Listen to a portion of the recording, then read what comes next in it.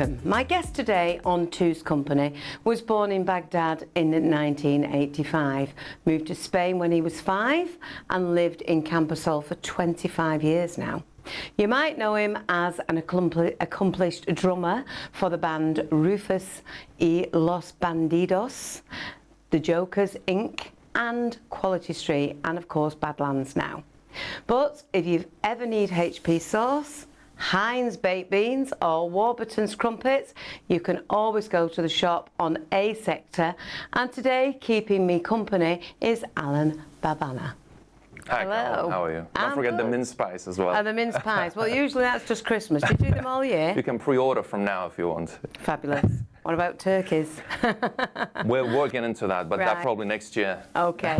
So yeah, you've got the famous shop. So everybody knows you for either the bands or the shop. Yeah. Well, we've been there for 25 years, like you said. That's a long time. We opened the shop April 2000. Yeah. Yeah. And well, we thought we would stay here for only a few years, but we succeeded more than what we thought it worked, and we just love it. Yeah, good. We love Camposol. And it's a proper family feel to it, because obviously your mum and dad are involved in it, and your sister, and it's I would say probably that's the key to having made it successful, because we are family and we look at our customers as family. Yes. People who shop from us, they know that. Well, I noticed that because you can walk in any shop, wherever. Yeah. I'm not talking about in Camposol, but anywhere. Whenever I walk into your shop, I always hear, if you're behind the counter, "Good morning, Brian." "Hiya, Mary." "Carolyn." You know everybody's names. And I think that's a lovely, lovely touch to have, to know your customers. It would be so boring otherwise. Imagine working every day for years. Yes. If you don't get to enjoy what you do. Yeah. So that personal touch. Yeah. It's good for us. It's good for the people. For everybody else. We enjoy ourselves. We had the conversation, debates sometimes, over football, over politics, and everything. I can imagine. So it just makes it nicer. And I should imagine over the 25 years you've met an awful lot of people. You've seen people come, go. You've seen the people that have been there, that have been here as long as you have. Yes. And then people who left, say, I don't know, 10, 12 years ago, and they suddenly come back and you see them, and it automatically brings you memories from those days, them people, relatives. So it's nice. It's nice. Don't forget I had hair back then. Oh, right. I'd like to see a photograph of that. They were in black and white, probably. Oh, right. Okay. So was your hair black or white? In between. Right. Okay. All right.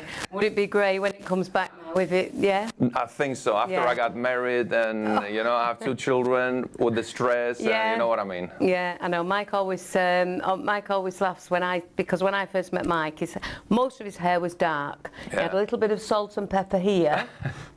Now it's all salt and pepper, but he blames it on me. It's the age, rather. I'm hard to live with these days. Yeah. So you left Iraq when you was 5 years old with the family. Yes. Obviously to come here, but you didn't come straight to Camposol. No, we didn't want to leave Iraq. We were living well. My parents, my dad and my granddad, they had a shop for spare parts. They were dealers for Datsun, which is the new Nissan. Yeah, yeah. But with all the situation there with the wars and all that, we said probably time to go. Yeah. And it was July 1990. We said we have to make the move. We made the move, and 2 weeks afterwards, Saddam invaded Kuwait. Right. And that's when everything changed for worse. You know. So obviously we couldn't go back anymore. We came to Spain with the idea of investing money, but we weren't really sure whether we would stay here or maybe go to the US, because we had relatives in the US. We came here, we saw the place actually in Madrid. We first moved to Madrid. We liked the place, the people, the culture, the weather, as compared to Chicago, which is where we would have gone had we gone to the US, because that's what our relatives are. And we said, look, we'll stay, we'll open up a business. And we went to school, me and my sister. I was 5, she was 2. We loved it. We learned the language, well, Yeah. as kids, you know. Well, you do. Kids are like sponges. They just Yeah. pick it up straight Yes. away, don't they? And we just stayed. Yeah, We just fabulous. stayed. We loved it. Yeah, great stuff. So then from Madrid you moved to... From Madrid, we were there for like 4 years. Okay. And my parents were visiting all the coast side, Alicante and Murcia and stuff. Yeah. And they saw this new development in Los Alcázares, which funny enough was also built by Massa. Okay. That's how we met Massa. Right, It was okay. first in Los Yeah, yeah, Alcázares. It was urbanization El Oasis. And we opened up a souvenir shop there. We spent about 2 years. And that's when we started working with the foreigners, with the British and the Yeah. Germans and all that. Because in Madrid it was mostly Spanish, obviously. Yes, yeah, I can imagine. We stayed a couple of years there. Then we went to Benidorm, thinking it would be more successful, Yes. more tourists, Yeah, more, yeah. you know. But at the same time, there was more competition. Yeah, So very busy and very compact, very isn't fierce it? competition. So we didn't stay long there, about a year and a half.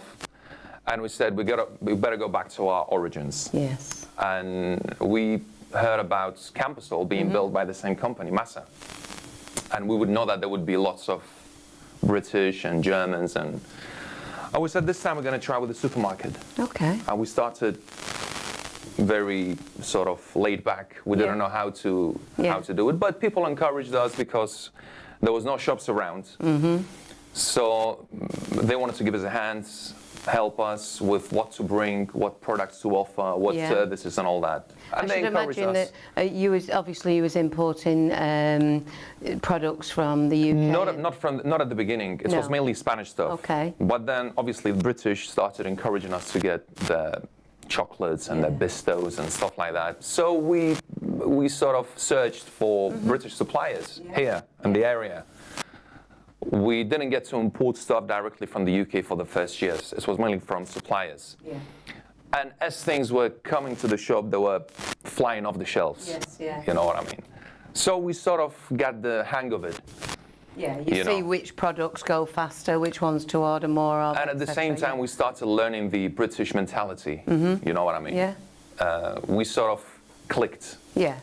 You know, the British humor and the British comments and Yeah. that sort of stuff, Yeah. you know? Oh, we liked it. It's like sort of, British have a sort of sharp humor. Yes. Reminds us of our own culture. Yes, We have that as well. exactly. You see, the thing is, different countries, different cultures all have different ways of living and being. Yeah. And it's nice when you get together with all these different nationalities and you gel. But there's always things in common. Yeah. So always have, well, we think you find the common ground and from there build your relationship with the people, you know. The common ground I find is family. When you start talking about your family, children, grandchildren, you know, things that you've done, I think things tend to grow from there. People see it as well because it's always been us, my parents, me and my sister in the shop. And when people see that, when they go to any business, they feel confidence, comfort when they deal with you. Yeah. They have that trust. Definitely. You know what I mean? Yes. So we appreciate it and we try to pay it back with better service, with more attention. Yeah. So And it's an ever-growing thing, you know, between you and the customer, which really, we don't like calling customers. They become friends, they become part of the family. People know that, people see that, you know. And it's obviously worked for you. Look how popular you are. So well done on that anyway. Thank you. But, so then you met your wife, Simona. Yes. So how did you meet her? Okay, so there was my wife is Italian, born in Italy, but she's originally Christian Coptic. So that means her parents are from Egypt. The Coptic Christians. Orthodox. I'm Orthodox Christian myself as well, from Iraq, okay? So anyways, we heard of a monastery in Milan, a Coptic monastery. To cut the story short, we wanted to visit. Yeah. We went there and we started meeting people. My sister had a friend there who was getting married, okay, in Milan. So she invited her, and she invited me as well. Yeah. I wanted to go to the monastery, really. Yeah. But given I was there, she said, your brother can come, and that's where I met my wife. Right. Okay. Oh, I met her in church. Yes. And we just sort of dialogued, conversated. Yeah. And you know when you like someone, when you know when straight it clicks, away, don't you? know? Yeah. Anyway, she went back home and everything, but she was there. Yeah. You know what I mean? So I stayed there for about 2 weeks. I never saw her again when I was in Italy. But I said, I need to contact this girl. Yeah. You know what I mean? So with her name and everything, I found her on Facebook. Oh, good. Facebook's Bless good social for media things. for some things, yeah, definitely. Definitely. And I just wrote to her. She remembered me, obviously, and everything. So we started conversating, and I didn't leave her alone. Yeah. It was every single day, morning, afternoon, Good and night. for you. You know what I mean? Yeah. And that's how it began. Yeah, and she's beautiful. Very, very beautiful. She is. I'm very lucky. And you've got 2 beautiful young children as well. Yes. So Ivan and Clara. Right, and which one's the oldest? Ivan, he's 6, Okay. and Clara is 3. Right. He's going to school. Clara is still going to kindergarten. Yeah. But from September on, she'll be going to school as well. Yeah. In Matharon town, with the same school as Ivan. And so obviously now you coming from Iraq, you speak Spanish. yeah, Do you speak Italian? very little. Okay. So the children then have got to be more diverse than that, because I should imagine that Simona still speaks. She knows Arabic. Yeah. Because of her parents. She speaks Italian, obviously, because she was born in Italy. Yeah. I speak my original language is Aramaic. Okay. I'm a Christian of Iraq. Yeah. The Christian minority in Iraq. We're not really Arabs. We are not Syrians, Assyrians. Okay. Okay, it's a different culture. It's a Semitic culture. Yeah. Very old civilization from the days of Mesopotamia. Anyway, we managed to stay in that region, and we converted to Christianity, and we kept that language, Aramaic, which is the language Jesus Christ spoke. All right. Aramaic. Okay. Yeah. So that's the language I learned from my parents, and I speak with my kids that language. Yeah. Okay. And their mom speaks to them in Arabic and Italian. Yeah. And they have Spanish at school. Fabulous. And English Yes. here in Camposol. Yeah. So they have. That will be absolutely fantastic for them as they're growing up. The opportunities for them speaking that many languages will be immense, won't it? You see that it's common now. Yes. It's common because doors have opened worldwide. Definitely. With internet and communication and all that. So kids these days it's important. Yeah. Because you don't know where you're going to work, where you're going to travel, where you're going to. You know, so it's really important. Yeah, definitely. Especially English. Yeah. So, Especially English. Moving on now to the music side of things. Yes. Because you're also a musician. When did you start playing the drums, and what made you? I'm gonna quote my friend Dave Gordon, who must be watching this. I'm not a musician. I'm a drummer. Okay. He likes to call us drummers, not musicians. All right. So okay. yeah.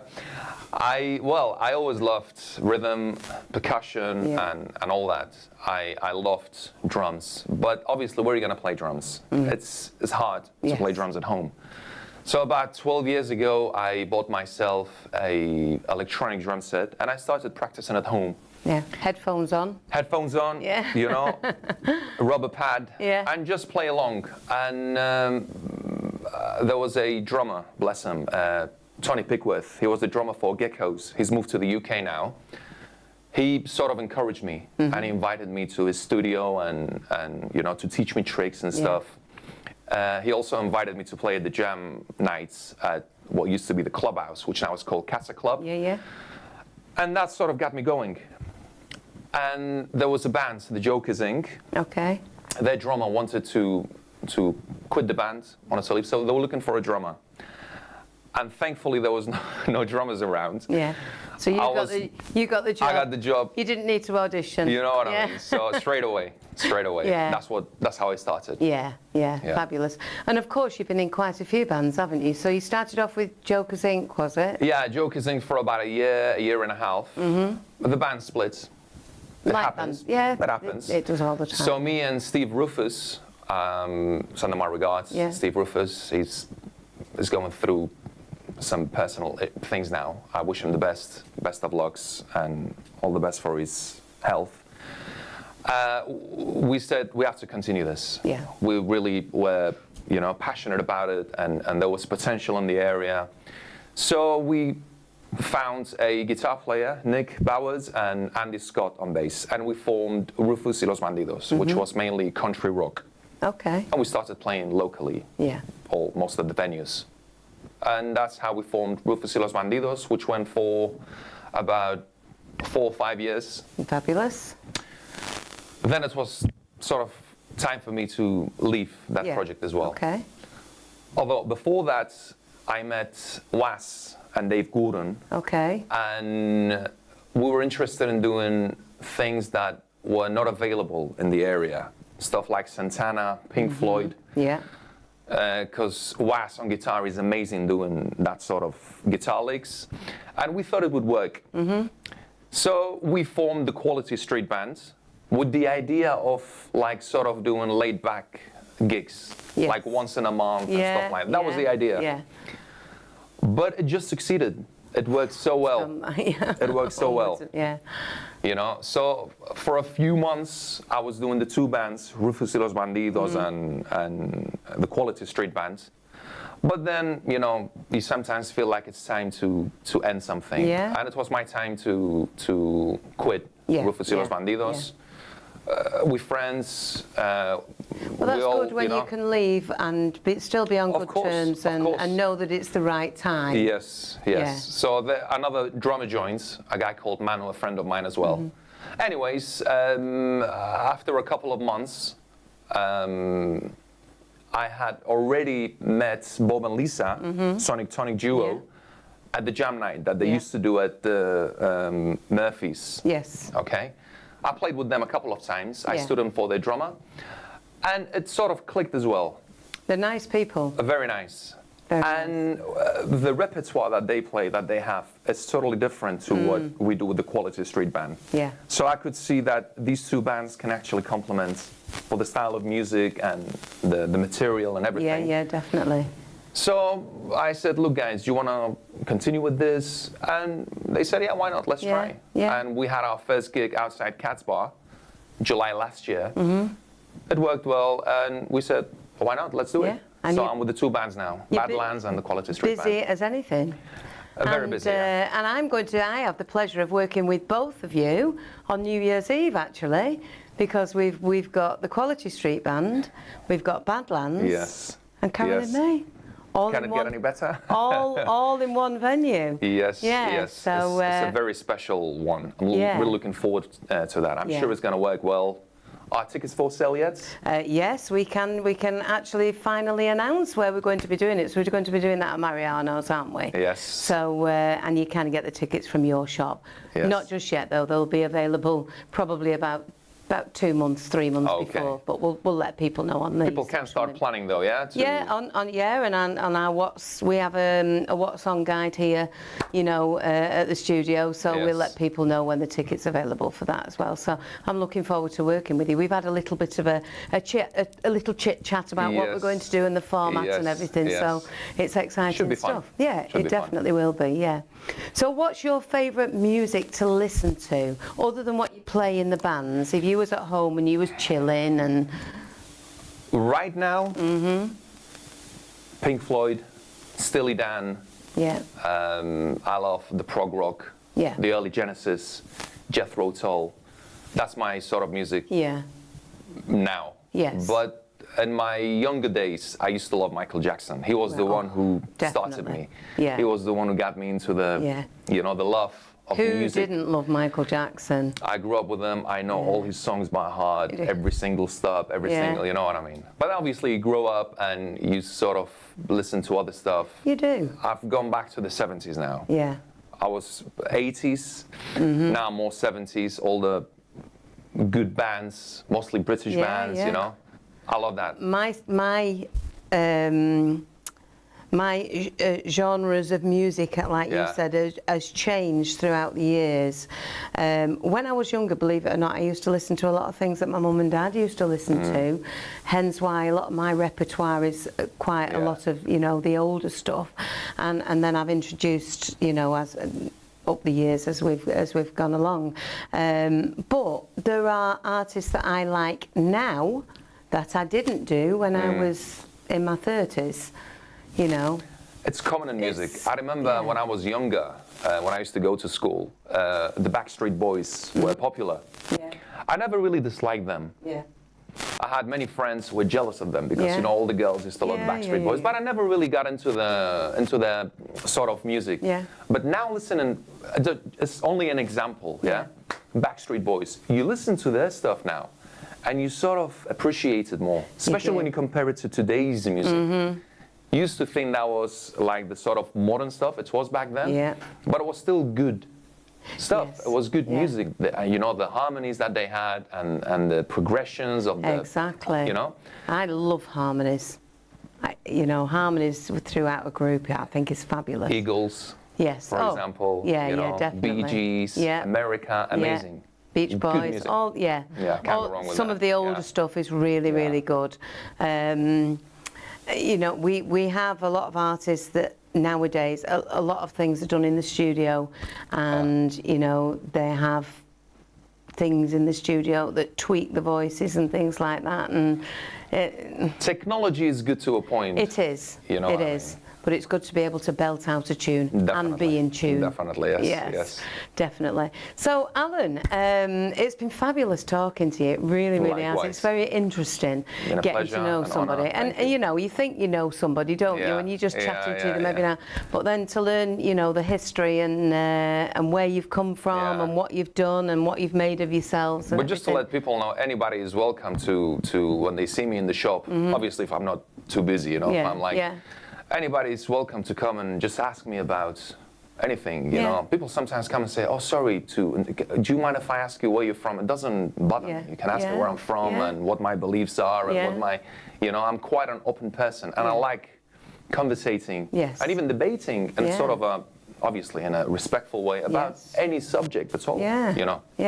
So just very quickly, tell us whereabouts your shop is for the people that have either just moved here or, you know. So we're in Camposol A sector, between Tels Bar and Cats Bar. And easy access, park close to the shop. And we're open Monday to Sunday, 8 till 3, every day. No bank holidays. The only day in the year we close is Christmas Day. Right, okay. Every other day we're open. That's fair enough. We'll let you have Christmas Day off. Well, like I said, Alan, it's been lovely to speak to you today. Thank you very much. And thank you to everybody out there for watching Two's Company. Now, we're back the same time next week in someone else's company. And I hope that you can join us. So from me, Carolyn May, and of course from Alan, thank you very much. We'll see you next week.